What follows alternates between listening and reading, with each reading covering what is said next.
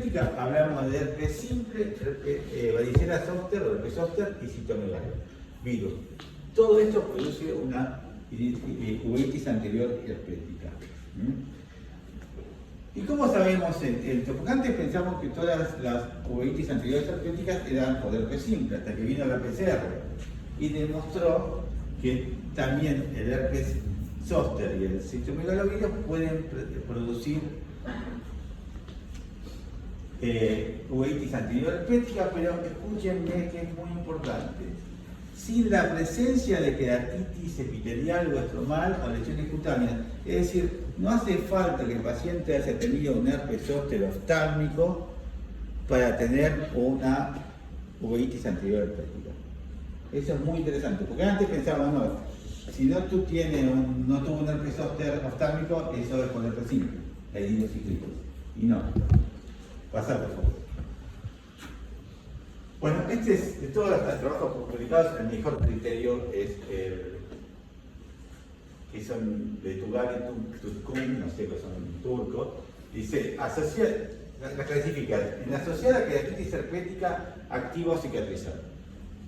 Es importante la anestesia corneana. O que tenga antecedentes de herpes zóster. Es idiosinclitis o uveitis anterior. Si tiene una o dos características, ya sabemos que es herpética.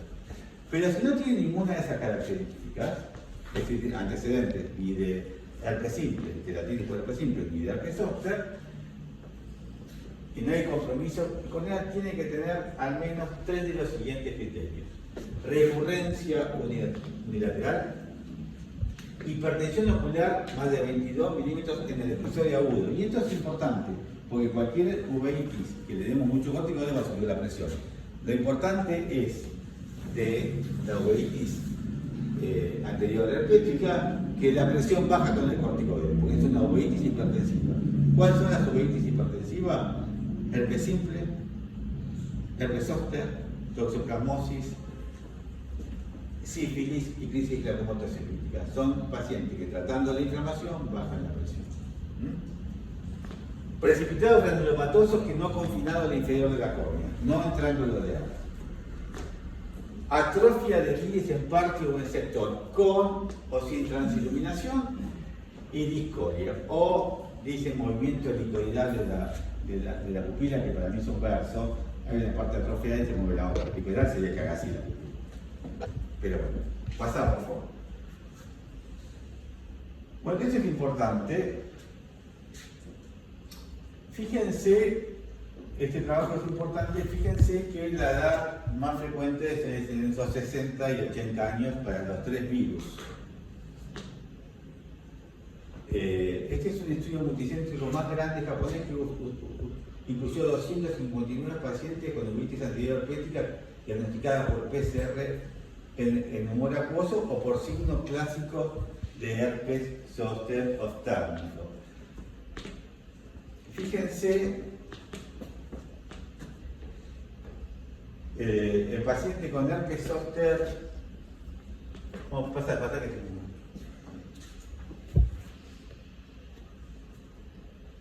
característica, inicio súbito. La mayoría de los 3 virus tienen inicio súbito. Insidioso, muy pocos, curso agudo. El herpes simple de zóster 72-82%, pero el CMV solamente el 38%, y curso crónico el CMV tiene el 62%. Y la recurrencia, el herpes simple 33%, el herpes zóster 10% y el citomegalovirus 10%. Eso tómelo mal, porque la realidad es que el seguimiento, algunos pacientes tenían seguimiento apenas más de 3 meses, así que la recurrencia para mí es mucho más. ¿Ven? Fíjense, el seguimiento mínimo fue de 3 meses, lo que limita a hablar de recurrencia. Si un paciente tuvo 4 meses de seguimiento, yo no puedo hablar de recurrencia. ¿Saben lo que es recurrencia en una uveitis? ¿O recidiva? ¿Cómo se define? Bueno, es el paciente que libre de tratamiento estuvo más de 3 meses sin inflamación ocular. Si es en menos de 3 meses, es un rebote, si es más de 3 meses la recurrencia. Rebote significa porque se considera que es el mismo episodio que al bajar el corticoide es efectivo. Pasar, por favor.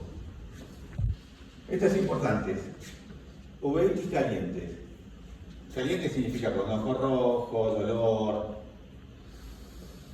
El herpes simple 85%, el herpes zóster 78% y el citomegalovirus 34%. Es decir, las uveitis por herpes simple y herpes zóster son muy parecidas, son uveitis calientes, con muchos precipitados, mientras que la uveitis por citomegalovirus, la uveitis anterior, es más generalmente fría.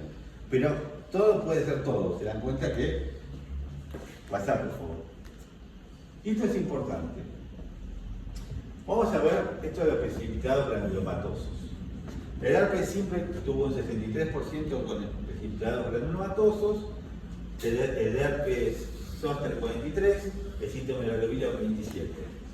Y algo importante, el 35% de los 38% de los pacientes con CMV tuvo estos precipitados que se llaman numulares. Son pequeños finos en forma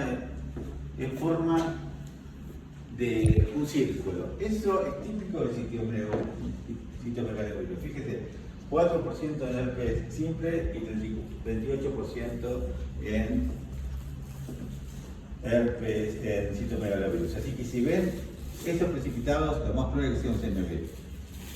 El CMV anterior, la retinicolitis por CMV anterior será inmunocompetente, a diferencia que la retinitis por CMV será inmunocompetente.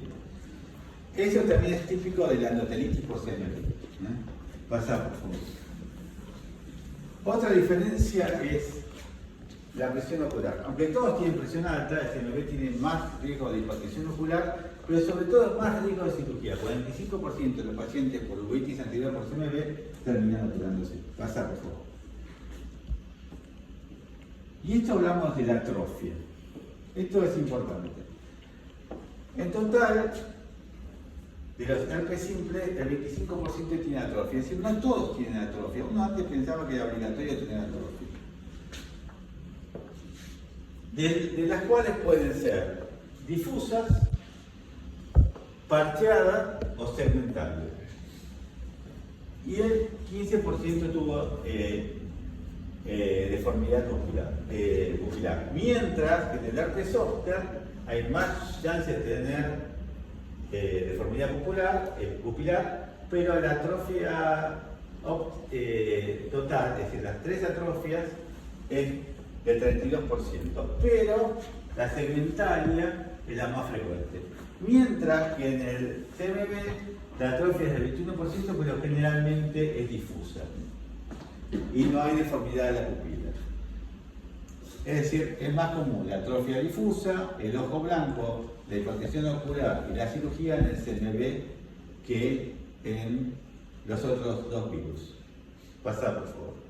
Acá tenemos un paciente, no sé, no tengo PCR, no sé qué tipo de idiosincrasia terapéutica. Van a ver la deformidad de la pupila y van a ver atrofias en parche sin retroiluminación. Pasá, por favor. Y acá tenemos un paciente con múltiple recurrencia, con una atrofia en parche, con transiluminación. Y acá vemos los precipitados queráticos de este paciente. Pasá, por favor. Y acá tenemos una iminociclitis granulomatosa asociada a una vasculitis oclusiva. Acá ven los precipitados granulomatosos y van a ver que hizo una vasculitis no oclusiva. Entonces, llegó una chica de 27 años.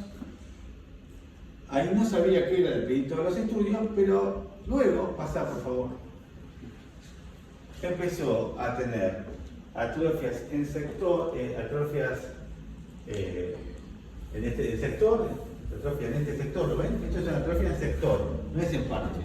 Afecta un sector con hipertensión. Tuvo un montón de recidiva.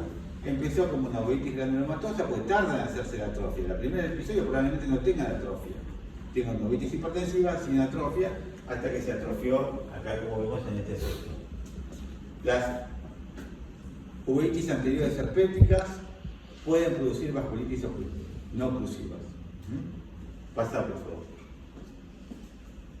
Y acá tenemos un caso interesante. Este es un herpesóster oftálmico que hizo una atrofia difusa con retroiluminación periférica y precipitados queráticos finos. Si uno hubiera dicho esto, o es una cistitis heterocrónica de Fuchs o es un CMV, pero teníamos el antecedente previo.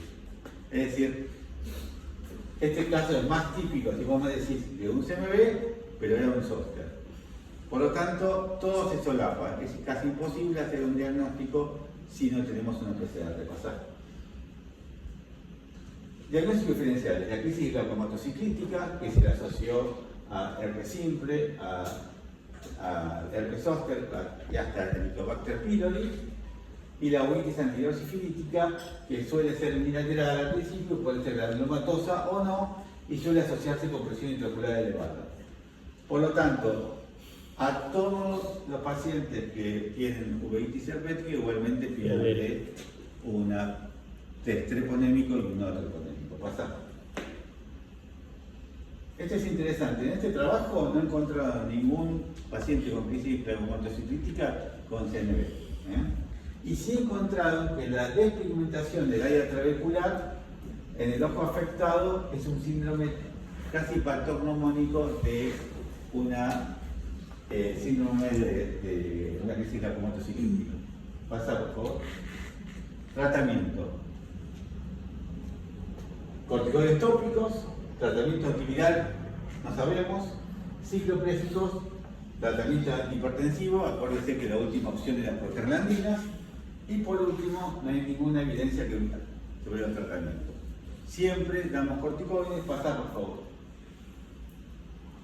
En este artículo daban la ciclovir 800 miligramos 3 a 5 veces por día durante el episodio activo y luego 800 miligramos diarios mientras estén bajo tratamiento. Lo que sí es importante, hay que dar corticoides en altas dosis, ya sea prednisona acetato o difluprenato, hasta que la uveitis desaparezca y después nos hacemos el tapering, como siempre dijimos, una dosis por semana.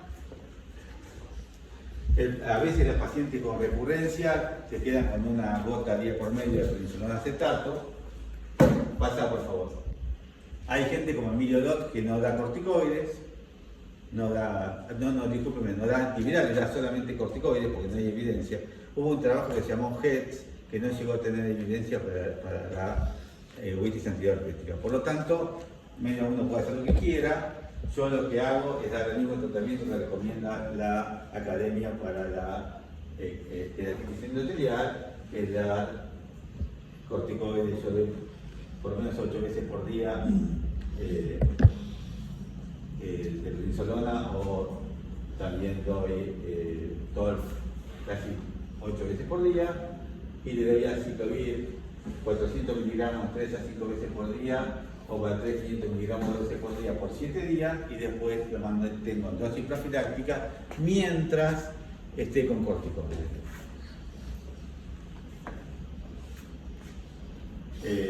Pasamos, por favor. Es lo mismo que endotelitis, pero no hay evidencia. Por ejemplo, hay gente que da tratamientos mucho más importantes,